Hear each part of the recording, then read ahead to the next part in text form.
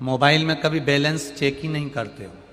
करते हो ना रोज, 2-4-8 दिन में, महीने भर में, 2 महीने में। और तुम अगर मोबाइल में बैलेंस चेक नहीं करोगे कि कितना बचा, ये चेक नहीं करोगे तो जो कंपनी का मोबाइल है वो कंपनी की बाई तुमको रोज मैसेज भेज देगी, इतने दिन में, इतनी तारीख को तुम्हारा डाटा, अरे बोलो जम के बोलो, खत्म होने वाला है।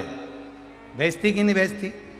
एक मैसेज जब बैलेंस खत्म होने का समय आता है, मोबाइल में जब बैलेंस खत्म होने का समय आता है तो 2-4 दिन में एक मैसेज आता रहता है, इतने दिन का टॉपअप जमा कर लीजिए, इतने दिन में तुम्हारा बैलेंस खत्म हो जाएगा, तुम्हारी वैधता इतने दिन की बची है। बोलो रीजी जी, सही है कि गलत है?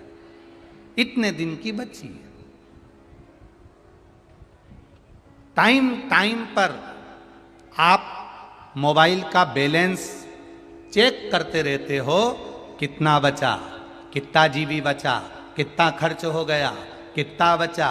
टाइम पर जैसे मोबाइल का बैलेंस चेक करते हो, टाइम पर टीवी का भी बैलेंस डलवाना पड़ता है, वो बैलेंस भी खत्म होने वाला रहता है, तो तुम्हारे आधे से ज़्यादा चैनल चलना बंद हो जाते हैं। टाइम पर मोबाइल का बैलेंस चेक करते हो, टाइम पर टीवी का बैलेंस चेक करते हो, टाइम पर बैंक का बैलेंस चेक करते हो, तो टाइम पर भक्ति का बैलेंस भी चेक करते रहा करो कि कम तो नहीं हो गई।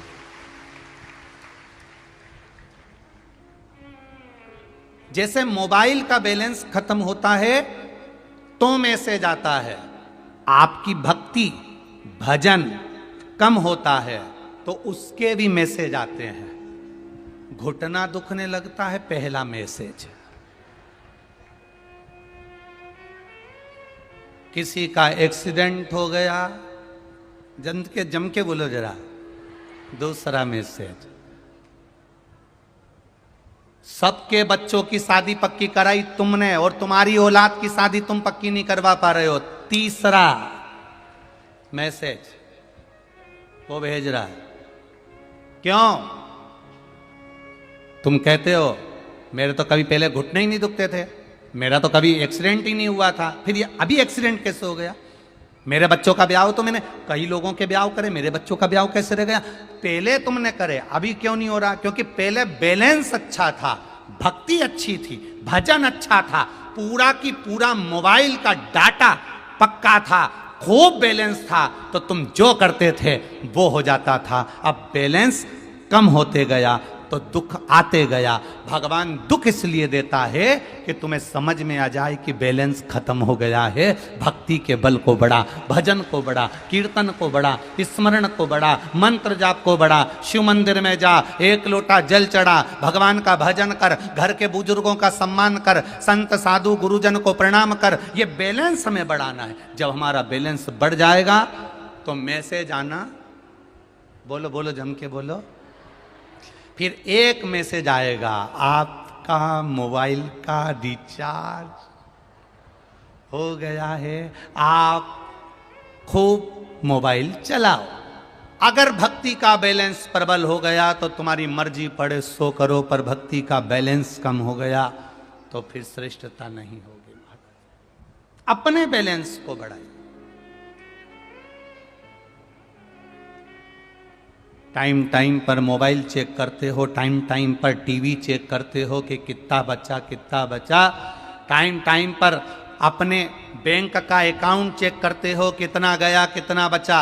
ऐसा ही टाइम पर अपने जीवन का बैलेंस भी देखते जाओ कि मैंने कितना झूठ बोला, कितना कपट करा, कितनी बेईमानी करी, कितना गलत किया और कितना मैंने अच्छा करा। हमारा बैलेंस कितना बचा है, हमने कितना भजन किया है, कितना कीर्तन किया है, कितना मंत्र जाप किया है, कितना स्मरण किया है। अपने बैलेंस को देखने का प्रयास करिएगा तो आपको खुद आनंद की अनुभूति हो जाएगी। हमें दूसरे के मोबाइल का बैलेंस नहीं देखना, हमें अपना बैलेंस देखना। वो कितना भजन कर रहा है उससे मतलब नहीं, वो कितना पाप कर रहा है उससे मतलब नहीं, उसने कितना झूठ बोला हमें उससे मतलब नहीं, उसने क्या कह दिया हमें उससे मतलब नहीं। हमें दूसरे के मोबाइल से कोई मतलब नहीं है कि उसमें कितना बैलेंस है, हमें अपने मोबाइल से मतलब, अपने मोबाइल से ये चार्ज हुआ कि नहीं। और देखिए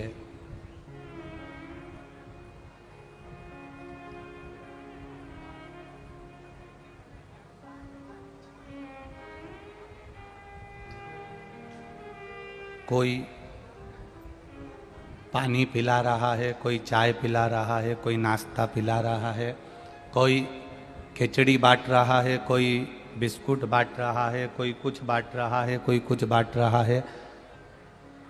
इसी भिलाई में एक दुकान वाले भैया ने यही ग्राउंड के आगे अपनी दुकान में, लाइट की दुकान में, उन्होंने लाइट के कनेक्शन के बोर्ड बनाकर बाहर रख दिए।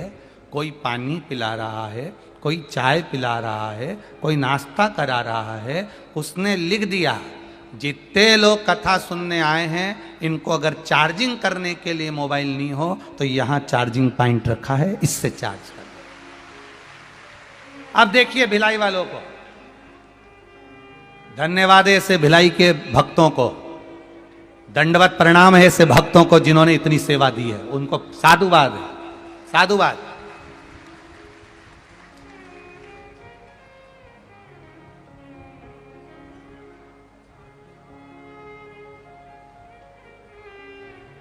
अब उन्होंने चार्जिंग का एक स्थान बना दिया कि साहब आपको यहां मोबाइल चार्ज करना है।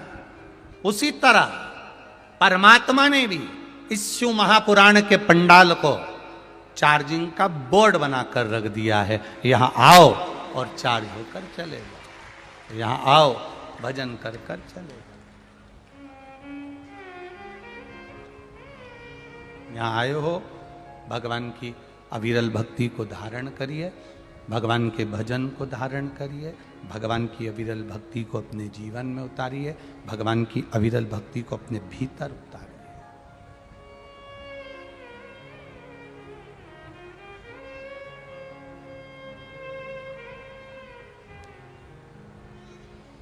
भोजन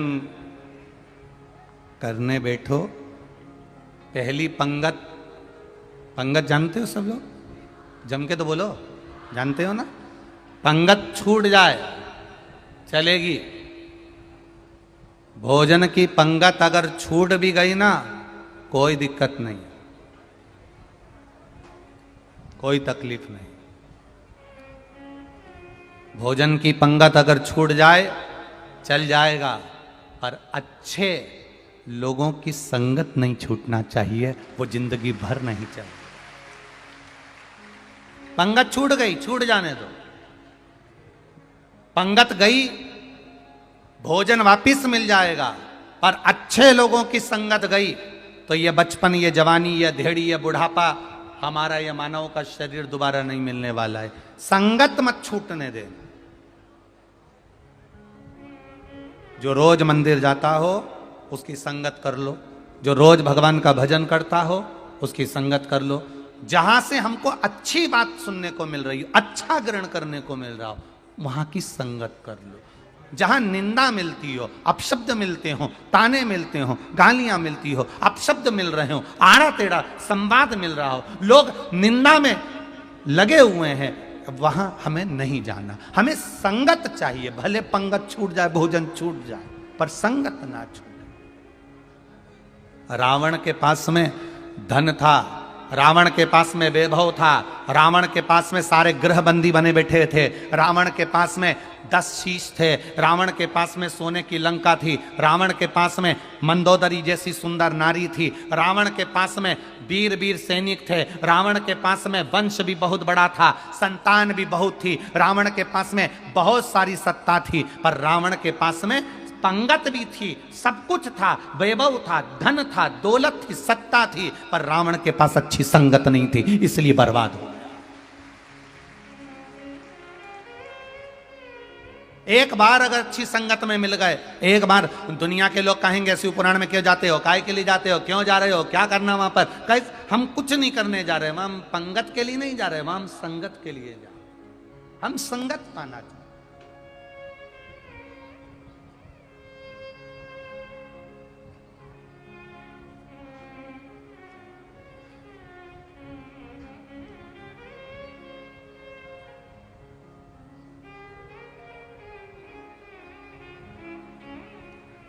शिवरी नारायण वाले महाराज जी यहाँ पर विराजमान है। हम जब शिवरी नारायण गए थे कथा करने के लिए पहले, तो महाराज जी के वो भगवान राम जी के राघव जी के मंदिर भी हम दर्शन के लिए गए। वहाँ जब दर्शन किया तो वहाँ छोटे छोटे ब्राह्मण के बालक और भी अन्य अन्य साधु संत तपस्वी एक जगह बैठकर सब सत्संग कर रहे थे, सब सत्संग कर रहे थे। हमें महाराज जी के मुख से एक शब्द बड़ा सुंदर लगा, वो हम यहाँ कहे भी करना रहे। महाराज जी ने कहा कि महाराज जी हमारे इस राघव जी के मंदिर में, इस राम जी के मंदिर में दोनों चीजें होती है, पंगत भी होती है और संगत भी होती है। संगत भी हो, पंगत भी चल रही और संगत भी, सत्संग ना छूटे महाराज, हमारा परमात्मा के संग ना छूटे।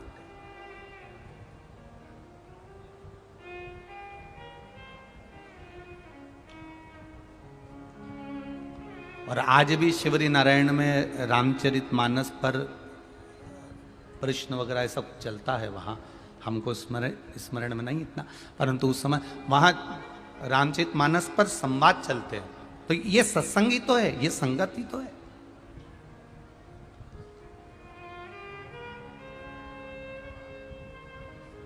निंदा अगर सुनने को मिल रही है तो हमारे कान में जो छेद है इससे निकल जाना चाहिए। दो तरह का जहर होता है, एक मुख से पिया जाता है, कान से पिया जाता है। मुख से पिया हुआ जहर व्यक्ति को तुरंत मार देता है, कान से पिया हुआ जहर, निंदा का जो जहर है वो जो पिया है वो इतनी जल्दी नहीं मारेगा, व्यक्ति को रोज मारता है। प्रतिदिन कोई निंदा कर कर गया, आपको लगेगा बताओ उसने मेरे लिए ऐसा कह दिया, रोज जलोगे, रोज प्रतिदिन तुम्हारा हृदय जलेगा, प्रतिदिन तुम मरोगे, प्रतिदिन मरोगे।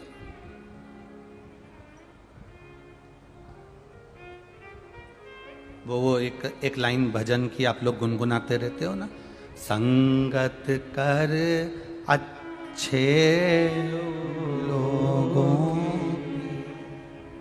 दवा मिल जाएगी सभी रोगों की। भक्ति का थोड़ा तू जतन कर ले और थोड़ा थोड़ा प्रभु का भजन कर ले, थोड़ा थोड़ा हरि का भजन कर ले। संगत कर अच्छे लोग, बोलो आप भी बोलो जरा, संगत कर अच्छे दवा मिल जाएगी सभी रोगों की। मुक्ति का कोई तू जतन कर ले, रोज थोड़ा थोड़ा प्रभु का भजन कर ले। संगत अच्छी होना चाहिए, सब दवा उसी में समाई है। आप किसी अच्छे व्यक्ति से, एनर्जी फुल व्यक्ति से मिल रहे हो तो आपको एनर्जी मिल जाए।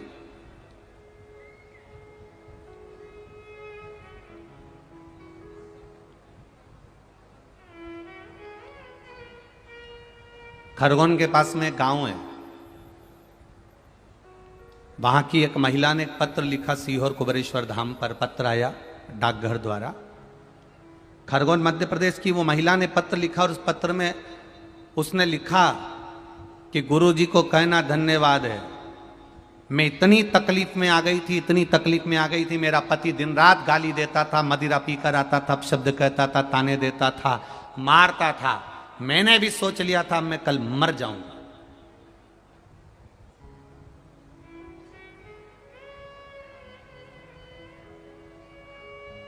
अब दूसरे दिन मैंने साड़ी निकाल ली, मरने के लिए लकड़ी की म्याल पर उसको टांग दी।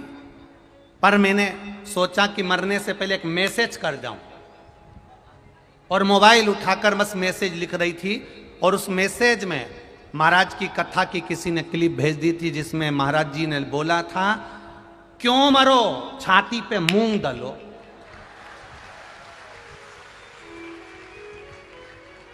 बस महाराज जी को धन्यवाद देना, फिर मैं नहीं मरी। और उस दिन से प्रण ले लिया कि भगवान के मंदिर जाऊंगी, भजन करूंगी, कीर्तन करूंगी, हिम्मत नहीं हारूंगी। और उस माता ने पत्र में लिखा, मेरे पति ने मदिरा भी छोड़ दी और गलत काम भी छोड़ दिया। ये पत्र, एक पत्र यहां पर भी आया है, एक पत्र भेजा या किसी ने, अब वो पत्र ढूंढे पहले।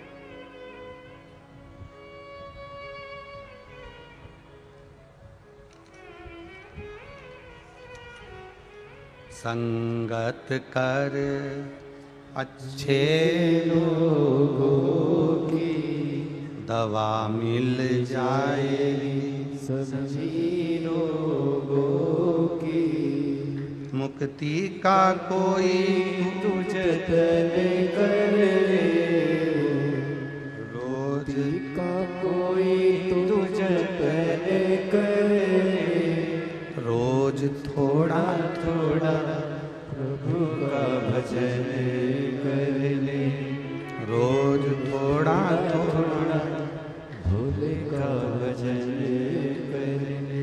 पत्र में लिखा उन्होंने,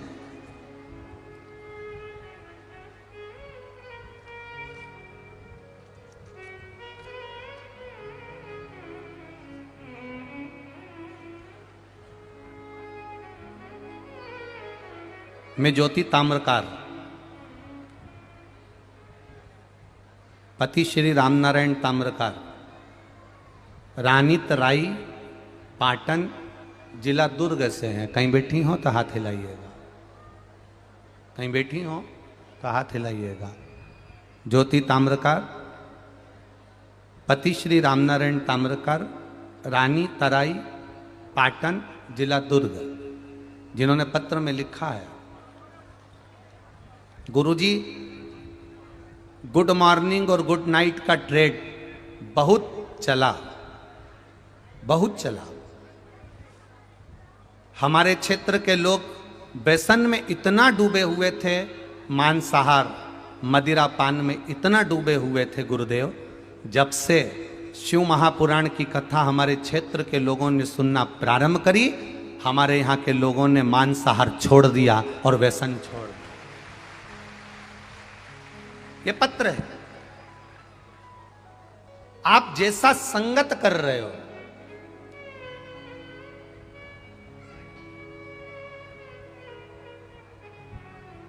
आप जैसी संगति कर रहे हो, आपको वैसा फल प्राप्त होगा। आप जितना भजन में डूबे हो, वैसा फल आपको मिलेगा।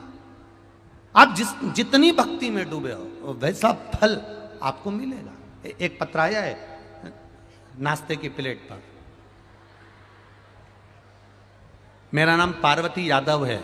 कहीं बैठी हो पार्वती यादव जी तो हाथ हिलाइएगा। पार्वती यादव आप ही हैं? दोनों हाथ हिला दो ऐसा एक बार। मेरा नाम पार्वती यादव है, मैं न्यू कुर्सी पार भिलाई से आई हूँ। बाबा, मैं इस शिव महापुराण का क्या वर्णन करूं। मेरी बहन इसी पंडाल में दूसरे दिवस की कथा श्रवण करने पहुंची, और पंडाल में जैसे ही कथा श्रवण करने के लिए पहुंची, अचानक से घर से फोन आया। मेरी बहन के यहाँ उनका बेटा सीरियस है, तो मेरी बहन यहाँ से कथा भी ना सुनी है, और दोपहर में 1:30 बजे बस बाबा को प्रणाम कर कर, भूमि को प्रणाम कर कर, और मेरी बहन यहाँ से निकल गई। हमारी बहन के यहाँ से वापिस हमारे पास खबर आई कि दोपहर में 3:30 पर खबर आई कि जिस बेटे की तबीयत खराब थी वो मर गया। लड़का शांत हो गया तो हम भी घर चले गए। यहाँ से 3:30 बजे हम यहाँ से कथा में से उठकर घर चले गए और घर जाने के बाद में हम हमारी बहन के यहाँ जाने की तैयारी करने लगे क्योंकि उसका बेटा शांत हो गया। गुरुदेव, हमने हमारे पति से कहा कि एक बार वापिस कथा स्थल ले चलो। कथा स्थल आए, एक कंकर को उठाकर नमन कर किया और उनसे विनती करी कि हमारे बहन का लड़का मर गया, ऐसी सूचना आई है, पर आप सीहोर वाला महाराज कहता है 3 महीने में सुनते हो, आप क्यों ना सुनते हो। गुरुदेव, हम उनके घर पहुंचे और मालूम पड़ा कि उस बच्चे को एक पैरालिसिस का जम के झटका आया और बच्चा वापस जीवित हो गया।